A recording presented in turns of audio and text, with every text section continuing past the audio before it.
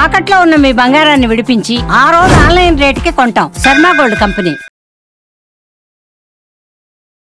ఓం నమో వెంకటేశాయ. అందరికీ నమస్కారం అండి. Welcome to Suman TV. నేను గీతాంజలి. ఇవాళ మనం ఒక విశిష్ట అతిథితో మాట్లాడబోతున్నాం. టీవీఆర్కే మూర్తి గారు. మనందరం విశ్వపతి గారు అంటూ ఎంతో ముద్దుగా మర్యాదగా పిలుచుకుంటూ ఉంటాం. విశ్వపతి గారి గురించి చెప్పాలంటే ఒకటే మాట, వెంకటేశ్వర స్వామి వారే ఆయన రూపంలోంచి మనందరికీ ఆయన వైభవాన్ని చెబుతున్నారా అనేంతగా నాకు అనిపించిందండి. ఎందుకంటే వారు వెంకటేశ్వర స్వామి వారి పైన 18 పుస్తకాలు రాశారు. ఇప్పటి వరకు 12 భాషల్లోకి తర్జుమా అయింది. ఎంతో మంది ఆ పుస్తకాలు చదివి వారి జీవితాన్ని మార్చుకున్న వాళ్ళు ఉన్నారు. అలాగే ఎన్నెన్నో సమస్యల నుంచి బయటపడిన వాళ్ళు ఉన్నారు. కేవలం భారతదేశంలోనే కాదు, వివిధ దేశాల్లో ఆ పుస్తకం ఎంతగా ప్రాచుర్యం పొందిందో నేను చెప్పడం కాదు, చదివి అనుభవం ఉన్నటువంటి మీ అందరికీ బాగా తెలుసు. ఇంకొంతమందికి కూడా వీరి గురించి తెలియాలి, ఇంకా చాలా మంది ఆ పుస్తకాలు చదవాలి, వాళ్ళ జీవితాలు మార్చుకోవాలనే ఉద్దేశంతో అసలు వెంకటేశ్వర స్వామి వారి గురించి విశ్వపతి గారు ఏం చెప్తారు, ఇంకా ఏమేమి విశేషాలు ఉన్నాయి తెలుసుకుందాం అనే ఈ ప్రయత్నంలో భాగంగా సుమన్ టీవీ వారు వినూత్నంగా ఒక కార్యక్రమాన్ని ప్రారంభించారండి. అదే వెంకటేశ్వర వైభవం.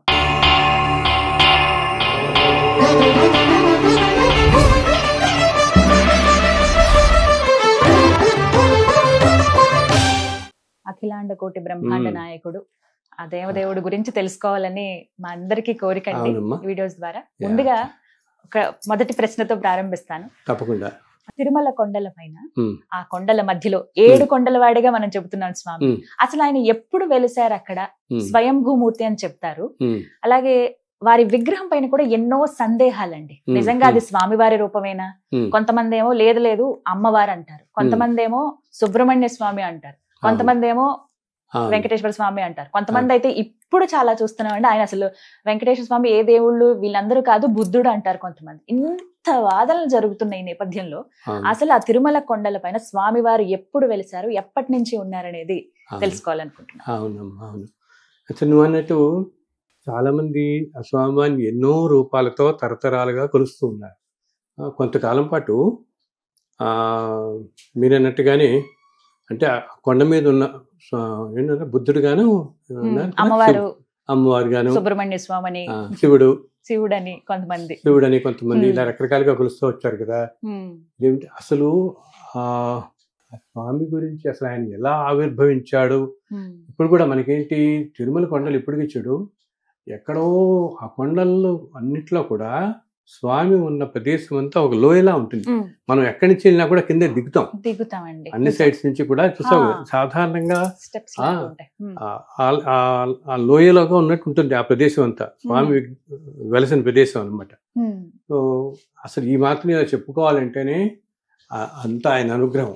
ఆయన అనుగ్రహంతోనే ఇన్ని తరతరాలుగా ఎంతో మంది ఆయన్ని ఎంతో మహానుభావులు ఎంతో కీర్తించారు. ఎన్నో విధాలు, ఎన్నో శతకాలు రాశారు. ఎంతో మంది చక్రవర్తులు సేవించారు, మహారుషులు సేవించారు, దేవతలు నిత్యం ఇప్పటికీ దేవతలు సేవిస్తూ ఉంటారు వచ్చి. అదంతా ఆయన అనుగ్రహం తప్పితే ఏమాత్రం కాదు తల్లి. ఇప్పుడు ఏమైనా నేను 4 మాటలు మాట్లాడుతున్నానంటే ఆయన నన్ను ఆవహించి మాట్లాడుతున్నట్టే తప్పితే. ఎందుకంటే ఒక చోట చెప్తారు, స్వామి నీ గురించి చెప్పాలంటే 1000 నాలుకలు అన్నటువంటి ఆదిశేషుడు కూడా సాధ్యం కాదు నీ లీల మొత్తం అందించడం అన్నమే అంటాడనమాట. నాకెక్కడ సాధ్యం అవుతుంది అప్పటికి సామాన్య మానవుడికి. సో మనం చెప్పుకునే 4 మాటలన్నా కూడా అది మన ద్వారా పలికిస్తున్నాడు ఆయన అంతే నలుగురికి. ఏంటి ఏదైనా ప్రదేశం అసలు భగవంతుడికి సంబంధించింది మనం ఏం చెప్పుకున్నా మనకి చాలా సంతోషంగా ఉంటుంది. ఆయన లీలలు, ఆయన విశేషాలు ఎటువంటి చెప్పుకున్నా మనం సంతోషపడుతుంటాం అనమాట. అందులో అదే ఆయన విభూతులు అంటాము, ఆయన లీలలు అంటాము, ఆయన సంబంధించిన మిరాకిల్స్ అని మన జీవితాల్లో ఎన్నెన్నో అద్భుతాలు జరుగుతుంటాయి కదా. అవన్నీ ఎవరికి జరుగుతుందని మనం తెలిసినా మనం వింటుంటే మనకి చాలా సంతోషంగా అనిపిస్తుంది. ఎందుకంటే భగవంతుడు అంటేనే ఒక ప్రేమతత్వం అనమాట. ఎంతో ప్రేమతత్వం ఆ భగవంతుడు అంటే. సో ఇంతటి మూర్తి అసలు మనకి ఎప్పటి నుంచి ఉన్నాడు? చాలా మంది అనుకుంటారు ఎప్పటి నుంచి ఉన్నారు స్వామివారు ఏమిటి అని. సో ఏంటంటే తల్లి, ఒకసారి మనకి మామూలుగా 4 యుగాలు మనకి తెలుసు కదా. ఈ పరంపర అంతా కాల పరంపరలో కృతయుగం, త్రేతాయుగం, ద్వాపర యుగం, ఇప్పుడు కలియుగం. ఇలా ఉంటున్నప్పుడు ఏమవుతుంది, మనం వింటుంటాం కదా. ఏంటి కృతయుగంలో మొట్టమొదటిలో ధర్మం 4 పాదాల నడిచేది, తర్వాత త్రేతాయుగంకి వచ్చేటప్పటికి 3 పాదాలు అయింది. ఏమి మళ్ళీ ద్వాపరయుగంకి వచ్చేటప్పటికి 2 పాదాలకి అయింది. ఇప్పుడు ఇప్పుడు ఏంటంటే ఒకటే పాదం మీద నడుస్తూ ఉంటుంది. అది మనం చూస్తూనే ఉన్నాం. ఎలాంటి ఎలాంటి పరిస్థితుల్లో ఉన్నాము మనం. సో ఇలా జరుగుతూ ఉండగా ద్వాపరయుగం వచ్చే నాటికి మనం మహాభారత యుద్ధం అన్ని వింటాం కదా, అప్పటికే ధర్మం నశించి చాలా పోతుంటుంది. తగ్గిపోతుంటే అప్పుడు దేవతలు అందరూ అనుకుంటారు ద్వాపరయుగంలోనే ఇట్లా ఉంటే అసలు రేపు కలియుగం వచ్చేటప్పటికి మానవుల పరిస్థితి ఏమిటి?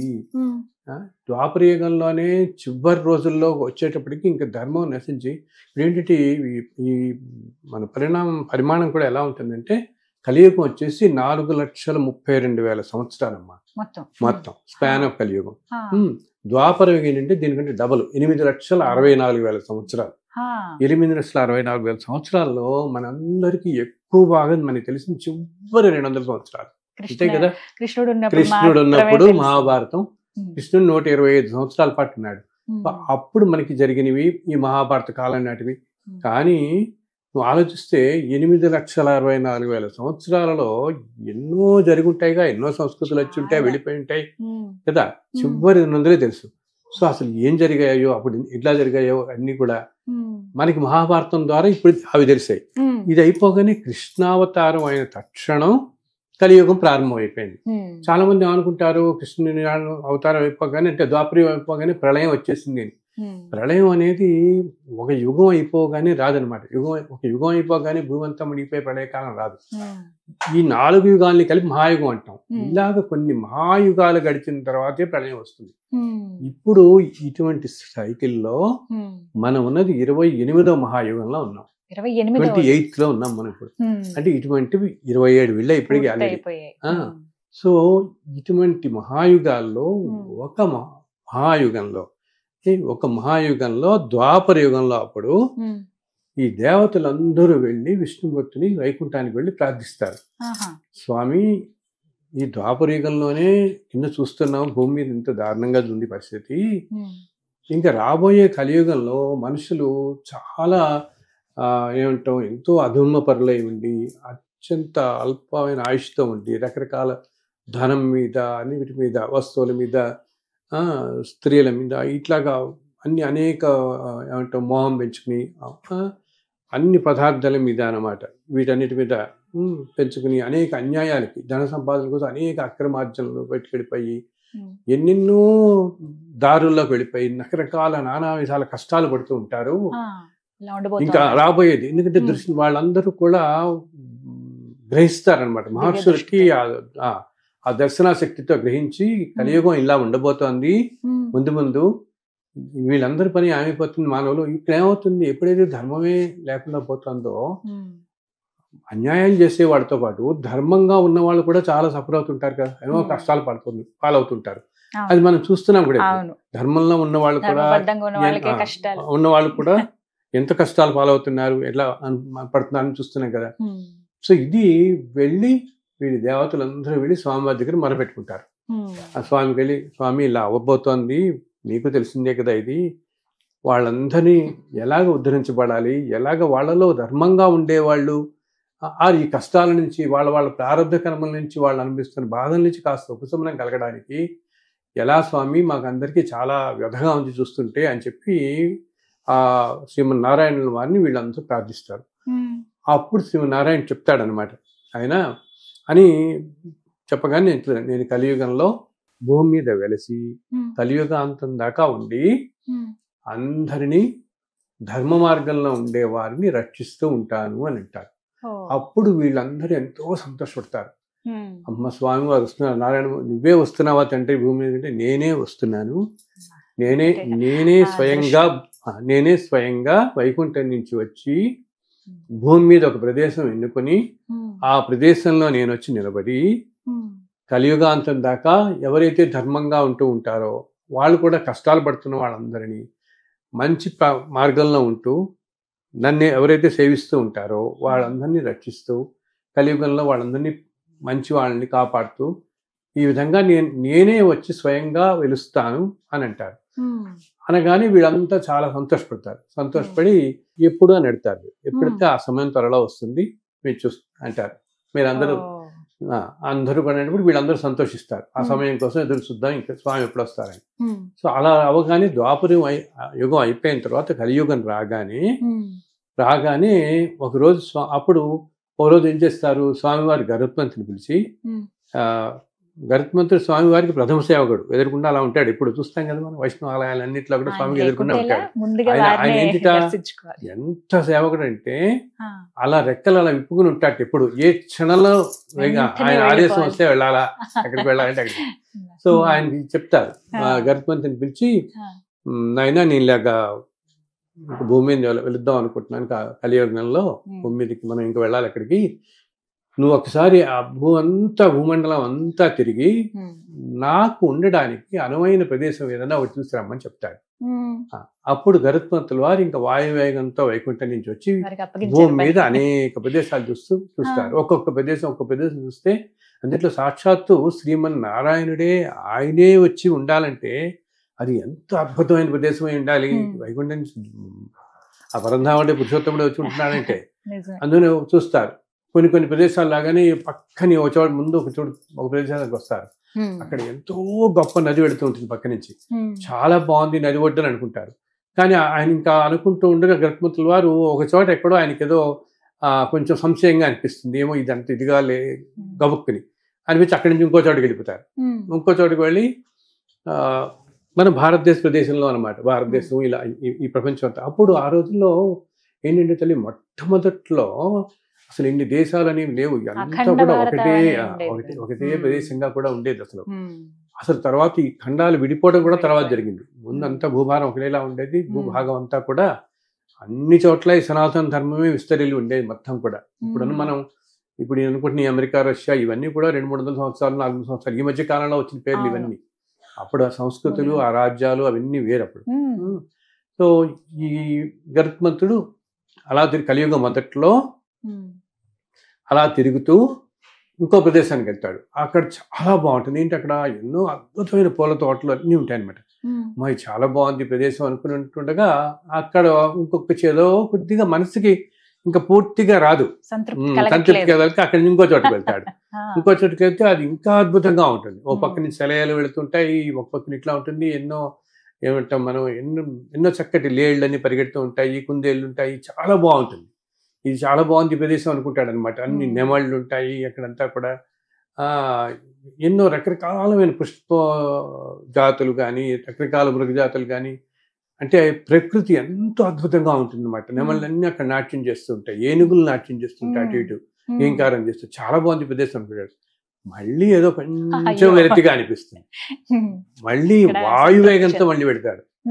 వెళ్ళి అలా ఒక ప్రదేశానికి వచ్చేటప్పటికి ఇంకో ప్రదేశానికి వచ్చి ఒక కొండల మధ్య దగ్గరికి వస్తాడు. దగ్గరికి అక్కడ పక్క నుంచి ఒక నది పెడుతూ ఉంటుంది. ఆ నది దగ్గరికి వచ్చి పక్కనే కొండల దగ్గరికి వెళ్ళి ఆ కొండల మీద వాలి చూస్తే అక్కడ ఇంకా అసలు ఎంత అద్భుతంగా ఉంటుందంటే, ఎటు చూసినా పెద్ద పెద్ద అరణ్యాలు, ఎన్నో అద్భుతమైన వృక్ష జాతులు అనమాట. పుష్పజాతులు, వృక్ష జాతులు ఉంటాయి.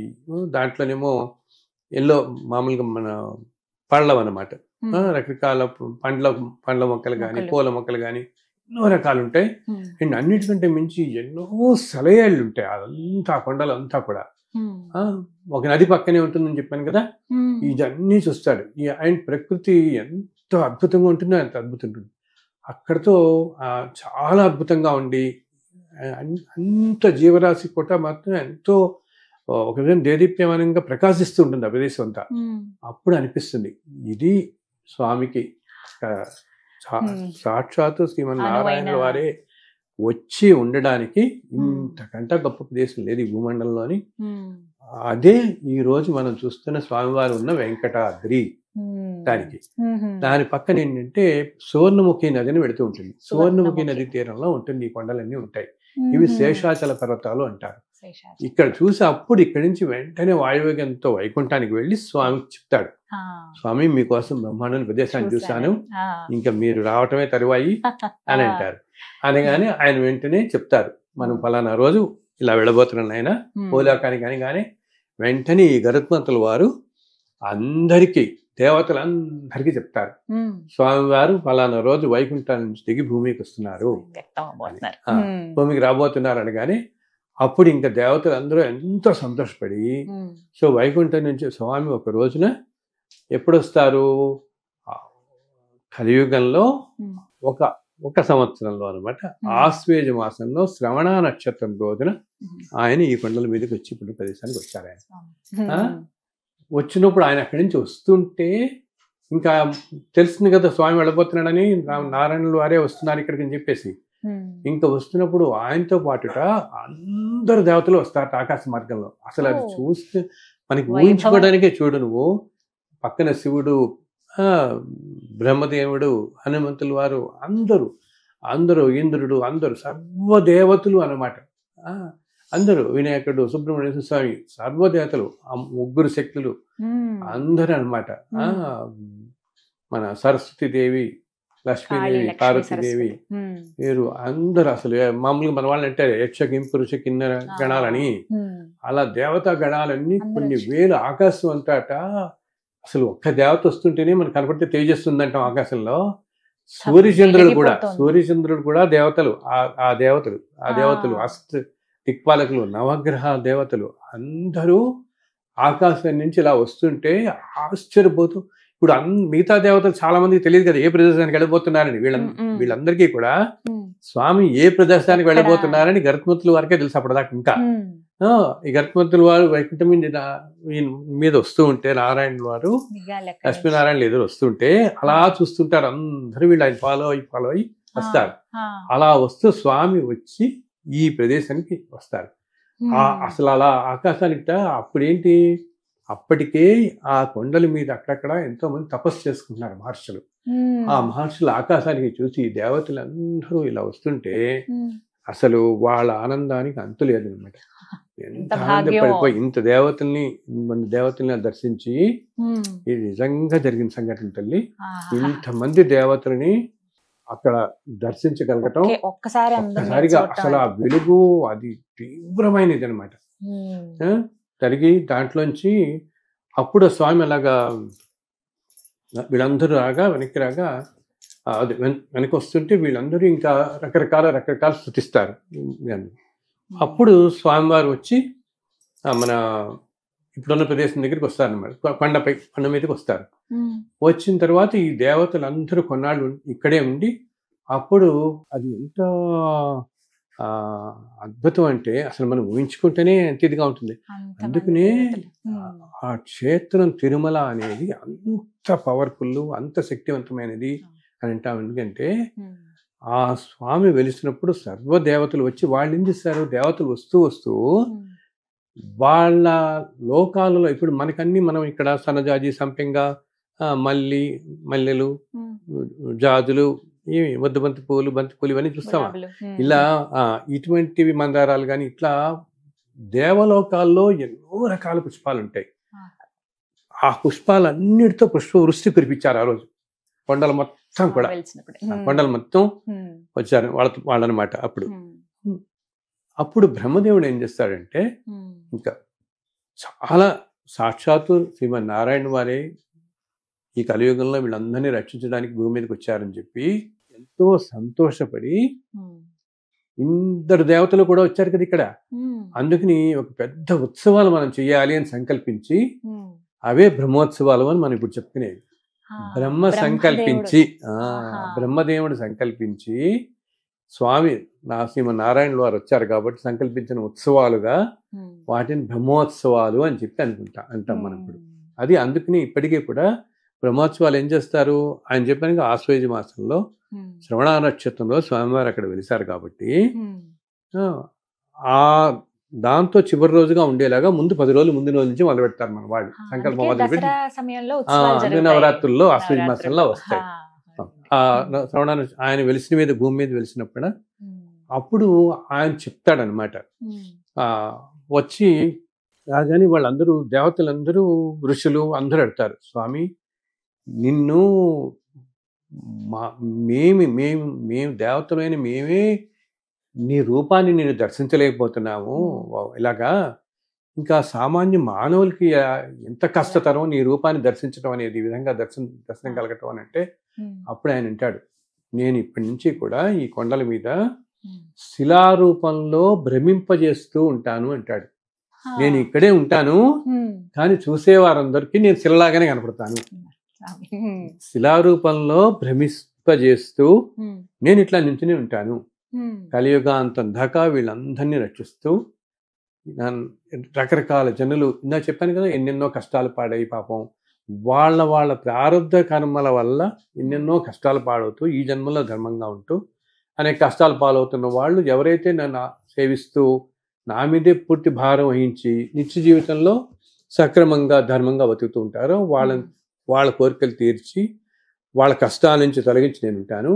అందుకని కలియుగంలో మానవులకి నన్ను ఈ రూపంలో దర్శించేంత శక్తి ఉండదు కాబట్టి శిలారూపంలో నేను దర్శనమిస్తూ భ్రమింపజేస్తూ శిలారూపంలో ఉంటాను అంటారు. అలాగా ఆ స్వామి వెలిసారనమాట. సో అప్పటి నుంచి ఇది ఎప్పుడు ఈ కలియుగం కాదు, ఇప్పుడు కలియుగంలో మనం ఇప్పుడు 5120 సంవత్సరంలో ఉన్నాం. ఇప్పుడు వచ్చింది మనం ఇంగ్లీష్ మామూలుగా 2024 ఇంగ్లీష్ది, మన దీనిది 5121 ఉంటాం మనం. ఇప్పుడుది కాదు, ఇది ఇంతకు ముందు మహాయుగాల్లో ఒక కలియుగంలో, ఈ కలియుగం మొదట్లో కాదు ఈయన ఉన్నది. ఇంతకు ముందు మహాయుగాలలో ఎన్నో మహాయుగాల వెనకాల వచ్చిన ఒక కలియుగంలో ఈ స్వామివారు వచ్చి అలా నిలబడి, అది కూడా ఏమిటి, ఆయన శిలారూపంలో అలా ఉండి, ఆ తర్వాత దేవతలందరూ కూడా ఈ ఉత్సవాలు అవి వెళ్ళగానే స్వామి చెప్తాడు, ఆయన ఇంకా మీ లోకాలకు మీరు వెళ్ళండి, నేను ఇక్కడ ఉంటానని చెప్పి. సో ఆయన ఒక్కడు శిలారూపంలో అలాగా కొన్ని కోట్ల సంవత్సరాలు ఒక్కడు అలా ఉన్నాడు తల్లి. ఎండకి వానకి అలా నుంచి ఉన్నాడు ఆయన. నిజంగా మనం కాసేపు నుంచుంటామంటే మన పరిస్థితి ఇలా ఉంటుంది. ఇన్ని కోట్ల సంవత్సరాలుగా ఆయన అలాగా ఏంటి ఇన్ని యుగాలు నడుస్తున్నా ఆయన అలా నుంచుని ఉన్నాడంటే మనం అంటే ఆయన ప్రేమ కాకేమిటి కదా.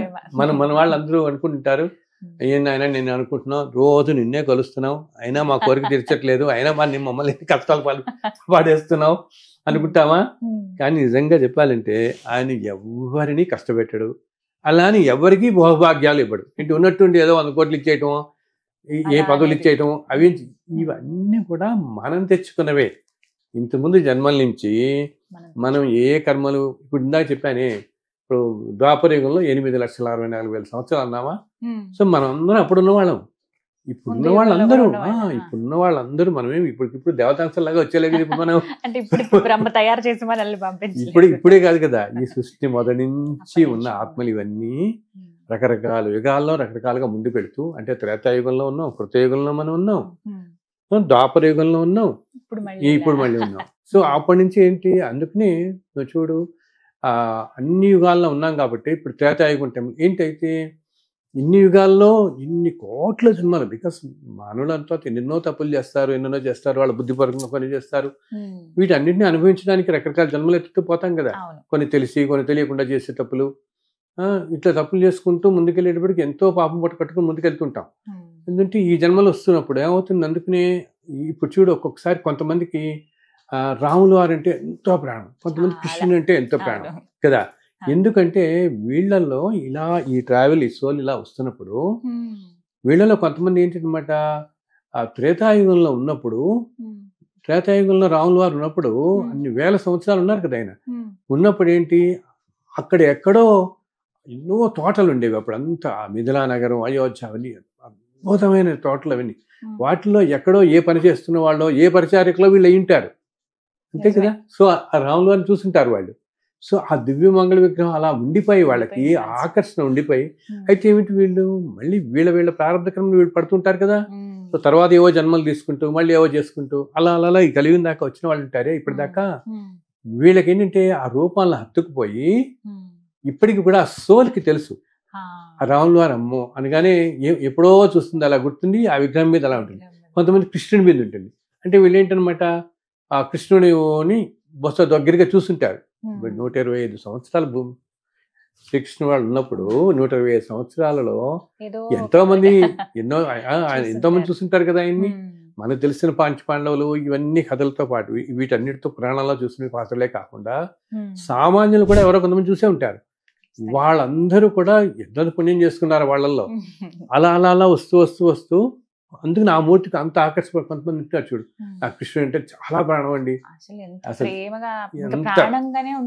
ఎంత ప్రేమగా ఉంటారు, ఎంత విడిచిలేనంతగా ఉంటారు. సో అది ఇన్ఫాక్ట్ నా దగ్గరికి వచ్చిన వాళ్ళలో కూడా నేను అప్పుడప్పుడు చూస్తుంటాను తల్లి. ద్వాపరయుగంలో కృష్ణుడితో ఉన్న ఆయన్ని, అలా అలా ఉన్న వాళ్ళని వచ్చిన వాళ్ళని నేను చూశాను. అంటే ఆ భగవంతుని అనుగ్రహంతో ఏంటంటే నాకు ఒక్కొక్కసారి అలా ఎవరినో ఎదుర్కొంటే కూర్చుంటే వాళ్ళు ఒక 7-3 కొన్ని జన్మలు అలా కనిపిస్తుంటాయి అనమాట. అలా ఉన్నప్పుడు నేను చూసాను పూర్వజన్మల్లో వీళ్ళు. నేను చెప్తుండేవాడిని ఏదో, అసలు మామూలుగా వాళ్ళు ఏదో కలవడానికి నా దగ్గరికి వస్తాను మాట్లాడడానికి, ఏదో అవి మాట్లాడుతూ నేనంటే అన్న బహుశా మీకు కృష్ణుడు అంటే చాలా ఇష్టం కదండి అన్నాను. అంటే ఆయన వెంటనే కళ్ళమణిలు పెట్టేసుకుని కృష్ణుడు అంటే ఇష్టమే కాదండి, నేను 350 ఫ్లూట్స్ కలెక్ట్ చేశాను ఇప్పుడు కన్నాడు. 350. ఏ ఊరు వెళ్ళినా నేను ఫ్లూటే కొనుక్కుంటాను. ఢిల్లీ నుంచి వచ్చాడు ఒక ఆయన నా దగ్గరికి, అతను అనమాట. సో ఇన్ఫాక్ట్ నేను హైదరాబాద్ ఎయిర్పోర్ట్ లో రాగానే ఆ షాపుల్లో చూస్తుంటే నేను ఫ్లూటే కొనుక్కొని పెట్టుకున్నాను, ఇంకోటి మళ్ళీ ఫ్లూట్ కొన్నాను అన్నాడు. అప్పుడు అతనితో అన్నా, బాబు నువ్వు ద్వాపరయుగంలో ఉన్నప్పుడు చిన్నప్పుడు కృష్ణుడితో ఆడుకున్న వాడివి నువ్వు కొన్నాళ్ళు, వాళ్ళతో గోకులంలో ఒకరోజు కృష్ణుడి వేణువు కూడా తీసుకుని ఒక కాసేపు వాయించావు, అందుకు నీకు ఆ పిల్లలకి అలా ఉండిపోయి ఈ రోజు నువ్వు ఇప్పుడు ఈ జన్మలో ఇంజనీరింగ్ చేసావు, ఏదో చేసావు, ఈ ఫీల్డ్ ఇలా ఉన్నా కూడా నీకు దాని మీద అంత అది అలా ఉండిపోయింది. అది ఇలాగా రకరకాల మనం చూస్తూ ఉంటాం అనమాట. అతనికి ఏంటి చిన్నప్పుడు అతను చెప్పాడు నాకు, చిన్నప్పుడు నాకు ఇందా చెప్పిన అతను ఉన్నాను, నేను చూడగానే నేను ఈ ఫ్రూట్స్ కలెక్ట్ చేస్తానండి నాన్న. అతను అన్నాడు, చిన్నప్పుడు నా కళ్ళ కృష్ణుని కనపడేవాడండి, కృష్ణుని కనపడి రాత్రి ఏంటిట చిన్నపిల్లవాడప్పుడు కనపడి రాత్రి ఆడుకుందాం పదని తీసుకెళ్ళేవాట. పొద్దున్న లేవగానే పొద్దున్న వచ్చి దింపేసేవాడు మళ్ళీ. సో పొద్దున్న మీ పిల్లాడు 5-6 ఏళ్ళు కదా, పిల్లలు లేవగానే వీళ్ళు స్కూల్ పంపించడం వీళ్ళు అమ్మ లేపుతుంటే అమ్మతో అనేవాట, అమ్మ నాకు కాళ్ళు చాలా నొప్పి పెడుతున్నాయి, ఇప్పటిదాకా ఆడుకుని వచ్చానండి. అంటే వాళ్ళ అమ్మని నువ్వు ఆడుకోవడం ఏంటారు, నువ్వు నిద్రపోయి ఉన్నావు కదా ఇప్పటిదాకా అంటే, లేదు కాళ్ళు బాగా నొప్పి పెడుతున్నాయి, ఇప్పటిదాకా నేను అగ్నిష్టుడితో ఆడుకుని వచ్చానంటే నమ్మేది కాదు ఆవిడ. సో అలా జరిగింది అని నేను చెప్పిన తర్వాత అప్పుడు చెప్పాడు అతను అనుభవం, ఇలా జరిగింది నాకు అని చెప్పి. తర్వాత ఇంకొక ఆయన అమ్మ జిల్లాకి 2-3 సంవత్సరాల క్రితం ఇంకొక ఆయన కలిసాడు నన్ను. ఆయనతో ఇలాగే ఏదో మాట్లాడుతూ, ఆయన ఒక కెమికల్ ఇంజనీర్ అనమాట. ఆయన ఇలాగే మాట్లాడుతూ ఏదో అంటే నేను ఇప్పుడు అన్నాను, బహుశా మీకు కృష్ణుడితో చాలా అనుబంధం ఉంటుంది అండ్ మీరు వేణు కూడా బాగా వాయిస్తారు, మీరు ఇంజనీరింగ్ అయినప్పుడు అంటే. ఆయన కూడా ఇలాగే బెంగళూరులో ఉంటారు వాళ్ళు. ఆయన వెంటనే అన్నాడు, అవును స్వామి, నాకు ఎంత ఫ్లూట్ అలా పట్టుకుంటే నాకు వచ్చేస్తుంది. అండ్ చిన్నప్పుడు అప్పుడు వెంటనే అన్నాడు, మీరు చెప్పిన ఈ విషయం నా వయసు 56 అంటే ఇప్పుడు ఒక 56 సంవత్సరాల క్రితం ఒకళ్ళే ఈ మాట చెప్పారు నాకు. మళ్ళీ ఈరోజు నేను మీ దగ్గర వింటున్నాను. ఏంటా ఈయన ప్రెగ్నెన్సీలో ఉన్నప్పుడు, గర్భంలో ఉన్నప్పుడు చంద్రశేఖర సరస్వతి వారు వీళ్ళ అమ్మగారికి కలలో కనపడి చెప్పారట, అమ్మ నీకు పుట్టబోయే బిడ్డ ద్వాపరయుగంలో కృష్ణుడితో ఆడుకున్న పిల్లవాడే నీకు జన్మిస్తున్నాడు అని. ఆ మాట నాకు మళ్ళీ ఇప్పుడు గుర్తొచ్చిందండి మీరు చెప్పింది. 56 సంవత్సరాల తర్వాత మీరే వాళ్ళ అమ్మగారు చెప్పిన మాట. ఆవిడ కూడా ఎంతో గొప్ప ఆవిడ ఎన్నో వేదాల నుంచి అన్నింటినీ ట్రాన్స్లేట్ చేశారు, ఎన్నో గ్రంథాలు రాశారు, చాలా స్కాలర్ ఉన్నారు, చాలా పెద్ద స్కాలర్ ఆవిడ. కన్నడ అనమాట, కన్నడ బెంగళూరులో ఉంటారు. సో ఈయన అసలు కళ్ళమణిలో వెంటనే ఆయన వాయించిన ఫ్లూట్ అవన్నీ కూడా నాకు వీడియో బ్రిక్స్ పంపించాడు. ఆయన మామూలుగానే కాదు, పీఠాధిపతుల దగ్గర వాయించాడు ఆయన. ఉడిపి దగ్గర కానీ ఎక్కడికి వెళ్ళిన పీఠాధిపతి దగ్గర అలా పట్టుకుంటే ఆయనకి అలా మైమర్చిపోతాడు, అడుగుతాడు. ఏంటంటే సోలికి అవన్నీ అలా ఉంటాయి, సోలికి ఆ వాసనలన్నీ ఉంటాయి అన్నమాట మనకి. శరీరం, సో కృష్ణ భగవాన్ వారు చెప్పినట్లుగా ఆత్మ శరీరాన్ని విడిచేలాగా ఇంకొక ఇదంతా ఏంటంటే మనం చేసుకున్న ప్రారంభ కర్మలు బట్టి, ఇంతకుముందు జన్మల్లో మనం ఏమో కర్మలు చేసుకుంటాం కదా, ఆ కర్మలు బట్టి ఒక రకరకాల కర్మలు తీరాలి కదా. ఆ తీరడం కోసం ఒకసారి ఆడవాళ్ళుగా పుట్టచ్చు, మగవాళ్ళుగా పుట్టచ్చు, మన శరీరం ఒకలా ఉండొచ్చు. కొంతమంది పాపం సమస్యలతో పుట్టడంతోనే ఒక కాళ్ళు లేక, కన్ను లేక ఎన్నో రకాలుగా పుడతారు చూసావా. సో అంతే కదా, అసలు నీకు పుట్టడం సరిగా పుట్టడమే గ్రేటెస్ట్ బ్లెస్సింగ్. నేను అందరితో అంటాను, కానీ మీరు ఏదో నాకు ఇంత డబ్బులు లేవు, ఇంత ఇది లేదు, ఇంత ఆస్తి లేదు, ఇది అనుకుంటారు. మీరు 4 ఈ రోజు నేను అంటుంటా, మీరు ఇలా ఇప్పుడు మన ప్రోగ్రామ్ చూస్తుంటారు, మీరు కంటితో ఇది చూస్తున్నారంటే ఎంత అదృష్టం. కంటితో కంటి చూపు లేని వాళ్ళు ఎంతమంది ఈ ప్రపంచంలో, అంతే కదా. అసలు కంటి చూపు లేని వాళ్ళు, నడవలేని వాళ్ళు, అండ్ అసలు 3 పూట్ల మాత్రం తినగలిగిన వాళ్ళు ఈ క్షణంలో ఎన్నెన్ని దేశాల్లో ఎన్నెన్ని కష్టాలు పడుతున్న వాళ్ళు ఉంటారమ్మా. యుద్ధాలు అప్పుడు అటంతా యుద్ధాలు జరుగుతూ ఆ మిడిల్ ఈస్ట్ ఎంత ఎంత ఆకలి పడుతున్నారు. సో భగవంతుడు ఎప్పుడు అది చూస్తాడు. స్వామివారు ఎప్పుడు చూసేది ఏంటంటే, వీళ్ళకి నేను ఇన్ని బ్లెస్సింగ్స్ ఇస్తున్నాయని ఇవి గ్రహించరు ఏమిటా, వీళ్ళు ఇంకా పరిగెడతారు అనుకుంటుంటాడు. వీళ్ళకి చక్కగా కాళ్ళు చేతులు అన్ని సక్రమంగా ఉండి, చక్కగా అసలు ఏం చెప్తారు, సక్రమంగా కాళ్ళు చేతులు అనేందుకు, నోరు మాట ఉన్నందుకు శ్రవణం, భగవంతుని కీర్తనం అంటాం, ఆయన కీర్తిస్తూ ఉండాలి. ఆయన నవవిధ భక్తి మార్గాల్లో చెప్తాం అన్ని కూడా. ఇవన్నీ మర్చిపోయి ఉన్న బ్లెస్సింగ్స్ ని ఆలోచించకుండా మనుషులు ఇది లేదు అది లేదు, ప్రతి మనిషికి నేను దానికోసం. ఎలా ఉంటుందంటే, ఎవరో ఒక చోట చెప్తారనమాట, ఏదో హోటల్కి వెళ్తే మనం ఏదో పూరీనో ఆర్డర్ చేస్తాం, కాసేపు తర్వాత చూస్తే పక్కన కూర్చున్న వాళ్ళు ఒక మసాలా దోశ ఆర్డర్ చేస్తారు. మనకి అక్కడితో అయ్యో అది ఆర్డర్ చేయలేదు, అది తింటే బాగుండేది అని ఇది తింటున్న సంతోషం నీకు ఉండదు. నువ్వు తెచ్చుకుని ఆర్డర్ చేసుకున్నావే ముందు చక్కగా, ముందు నువ్వు నీ సంతోషంతోనే అనుకున్నావు. నేను పూరినే తినాలని సంతోషపడి ఆర్డర్ చేసుకున్నవాడు పక్కనే పక్కన చూడగానే దాని మీద మనసుపోయి, అయ్యో నేను అది చేస్తే బాగుండేది, అది ఆర్డర్ చేసి ఉండాల్సింది. ఏంటంటే ప్రతి మనిషి ఏమనుకుంటాడంటే, తనకున్న సంతోషం గ్రహించడు, నాకు లేని ఏదో వీడు పొందుతున్నాడు అనుకుంటాడు. అదే ప్రధాన సమస్య కదా. అదే ప్రధాన సమస్య. ప్రతి వాళ్ళకి ఏంటంటే, అవతల వాళ్ళు ఏదో అనుభవించేస్తున్నారు, మనం అనిపించట్లేదు. దానివల్ల ఏంటి, వీళ్ళకు ఉన్నవి కూడా వీళ్ళు అనుభవించలేకపోతున్నారు. ఉన్న వాటిలో ఆనందం కూడా అసలు కాలంతో పాటు తల్లి, ఇలా కాలం వెళుతున్న కొద్దీ కూడా ఒక 56 సంవత్సరాలకి ఇప్పటికీ చాలా కాలం మారిపోయింది కదా. సో ఆ రోజుల్లో నీకు ఒక చిన్న పెన్న పెన్సిల్ కొనుక్కుంటే ఎంతో ఆనందం ఉండేది. ఆనందానికి అంతే ఎక్కడుంది. ఈ రోజుల్లో ఎన్నున్నా మనుషులకి ఇంకా ఆ సంతోషం ఆనందం కలగట్లేదు. ఇంకా తాపత్రం ఏదో కావాలి అనుకుంటాం. కానీ అసలు ఆనందాన్ని నేను ఎప్పుడు అన్నిట్లో ఇంట్రెస్ట్లు చెప్తుంటాను, చిన్న చిన్న వాటిల్లోనే ఎక్కువ ఆనందం ఉంటుంది. మనం చక్కగా కూర్చొని ప్రశాంతంగా ఎవరిని డిస్టర్బ్ చేయకుండా ఒక కప్ కాఫీ తాకొచ్చింది ప్రశాంతంగా ఉంటుంది. ఆనందం అనేది నిర్వచించలేం మనం అసలు కదా. అండ్ చిన్న చిన్న ఆనందాలే ఎక్కువ ఉంటాయి జీవితంలో మనకి. పెద్ద ఎంతో ఆనందం ఇచ్చేవి ఏంటి, ఒక ఇల్లు కొనుక్కోవటం, ఒక కారు కొనుక్కోవటం. ఎన్నిసార్లు కొంటాం మనం? 50 సార్లు ఇల్లు కొనలేం కదా. కాఫీ అయితే 50 సార్లు తాగుతాం కదా మనం, అవునా? అప్పుడో రోజు అలా చిన్న చిన్న హ్యాపీనెస్లు, ఒక ప్లేస్కి వెళ్ళటం, ఏదన్నా ఎంతో సంతోషంగా అనిపిస్తుంది. ఇలా ఇవి నీకు మల్టిపుల్ టైమ్స్ ఉంటాయి. నీకు ఎక్కువ సార్లు ఉండేవి చిన్న చిన్న ఆనందాలు ఎక్కువ. వీటిల్లో కనుక మనం ఆనందపడగలిగితే, మన పాత తరాల వాళ్ళందరూ వాటిల్లోనే ఆనందం చూస్తున్నారు. చిన్న వాటిల్లోనే ఒక పండుగ వస్తే చక్కగా అందరూ కలిపి చేసుకోవటం, ఏదో చిన్న చిన్న పిండి వంటలు చేసుకోవటం, ఇక్కడికి వెళ్ళటం. ధన్యవాదాలు గురుగారు. నమో వెంకటేశాయ. నమో వెంకటేశాయ.